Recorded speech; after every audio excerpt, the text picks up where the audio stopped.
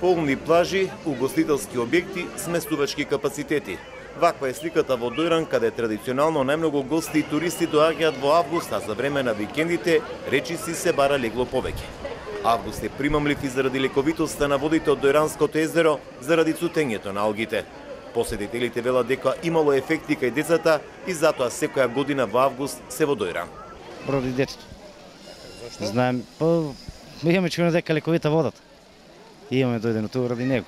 Ланската година бевме тука и исто беше, видеме дека има подобрување за него и па сме тука за това. Стопање езерото дека лековито водата. Се подобрени се плажите за разлика од лани, тоа ми стопаѓа.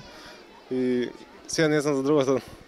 Само што да. Иако водите во езерото надојдоа, сепак во Дојран атракција и мачкањето со езерската црна кал.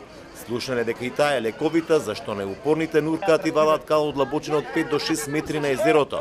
Па низ плажите има и такви гости, намачкани со кал. Ја повели од болки, од едно друго дојдо, повели измачка се.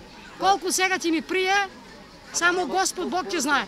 Ја вадиме од длабочината на езерово, некаде на длабочина од 6 метри, и помага во лекувањето на ревматични болки, разни сипаници на кожите, значи бручки и такви работи.